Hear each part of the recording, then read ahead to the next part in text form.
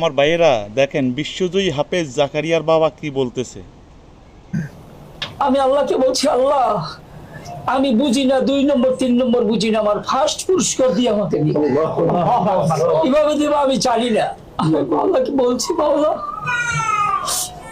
এই সন্তান তোমার নামে আমি অক্ষ করে দিলাম, তোমার জন্য অক্ষ করে দিলাম। আল্লাহ আপনার এবং তার উস্তাদদের শ্রম এবং তার মেধা আল্লাহ পাক রব্বুল আলামিন কবুল করেছেন। আমরাও দোয়া করি সে যেন দিনের বড় দায়ী হয়ে এদেশের মুসলমানের সেবা করতে পারে এবং সে বাংলাদেশের গর্ব, বাংলাদেশের মর্যাদা বহুত উপরে নিয়ে গেছে তারা, আমাদের কোরআনের পাখিরা। আমরা জানি যে বাংলাদেশ কখনো বিশ্ব চ্যাম্পিয়ন হতে পারে না, একমাত্র আমাদের কোরআনের পাখিরা বিশ্ব চ্যাম্পিয়ন হতে পারে। এটা এখন ধারাবাহিকভাবে রয়ে গেছে।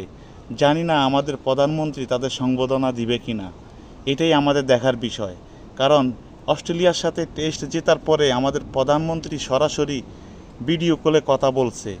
এখন দেখা যাক আমাদের এই কোরআনের পাখিদের নিয়ে উনি কী করে।